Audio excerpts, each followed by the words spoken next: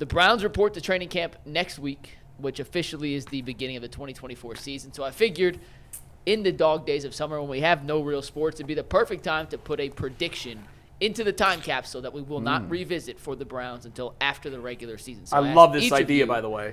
To come up with a quote-unquote time capsule Browns take that we will revisit after Week 18. And Jason, you are going to start us off here. What was your time capsule Browns take? It took me about 17 seconds because didn't want to be overly negative, wanted to avoid all the Deshaun stuff in general, and it was like, what can I come up with? And then it hit me. Nick Chubb wins Comeback Player of the Year. Oh, that's a good one. I kind of feel pretty good about this one. I think. Did you see the video of him squatting? Yeah, and I've heard for months now he felt like he was going to be ready a lot sooner than probably the Browns were planning on him being ready. And we'll see now if they protect him a little bit from himself and hold him out. I don't know what week he's going to come back. But if I have to bet on or against Nick Chubb until further notice, I will bet on Nick Chubb every single time and not bet against him. I've said that from jump. He is not of this world. Yeah. He is one of one currently. Yeah. There have been others before him. We've seen what they did, Adrian Peterson. This man is committed. He is driven. Yep. He is a workaholic. He wants to be a champion.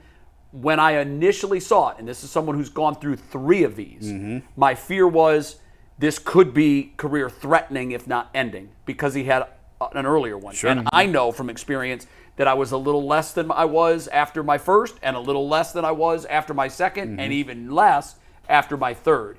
But he's not me. He's not the average person.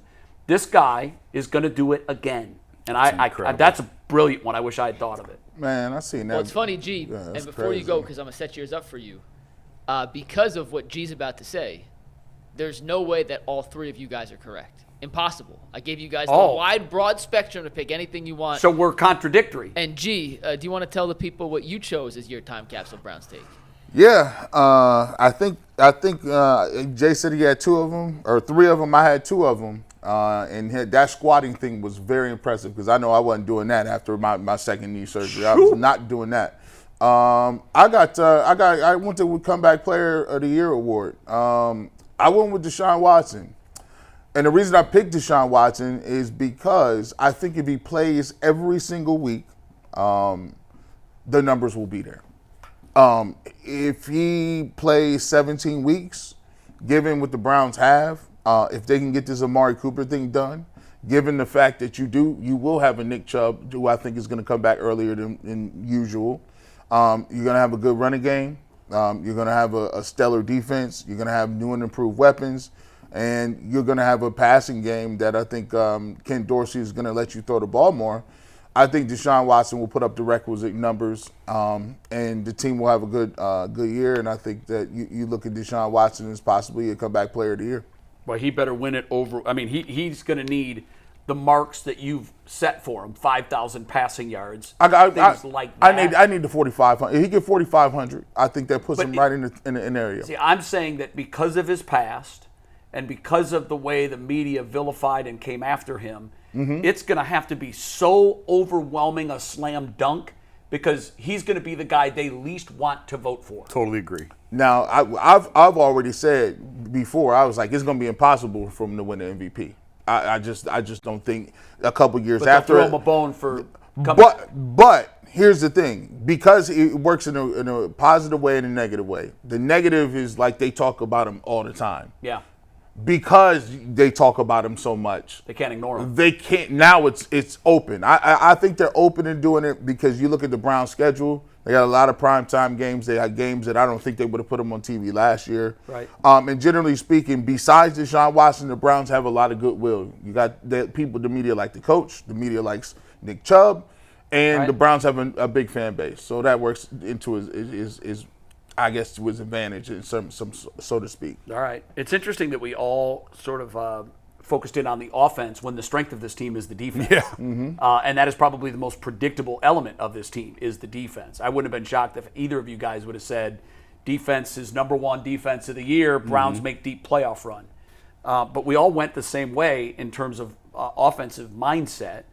And I went with Deshaun Watson as well. I'm not going so far as to say he's going to be comeback player of the year, but I do believe that his run of awful luck and circumstance will end this year.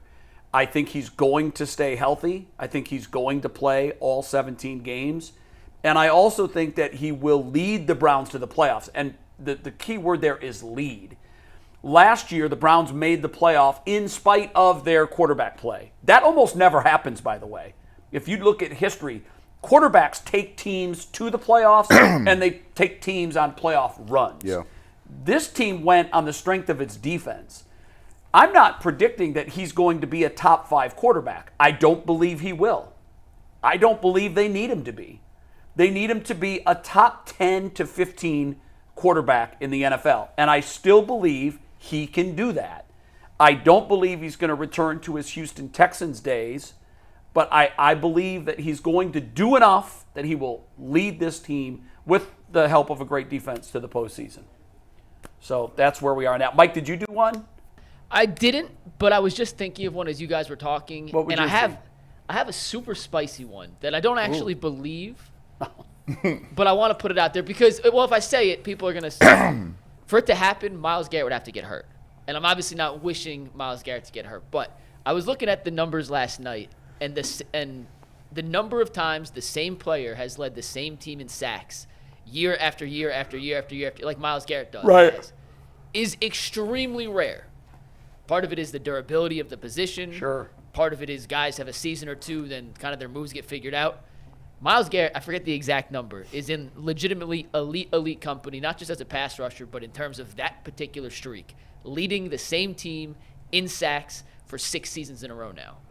The number of guys who have done it, 7, I think, was just 3 in the history of football. Is that the record, 7? I think it was 8. I think it was Aaron Donald with 8. Okay. Once again, I'm not saying I believe this, but But as it's far as spicy. a bold, spicy take, Myles Garrett doesn't lead the Browns in sacks this year. Yeah, well, for that to happen, he would have to get hurt. Yeah. Which I'm not wishing. I No. hope I'm wrong, but Yeah. I'll You're put just it out playing there. history. Yeah. You're just playing on history. I mean, if we wanted to be cute and you said which is most likely to happen out of all 3 of us, they would have come out down and said, you guys are all losing it.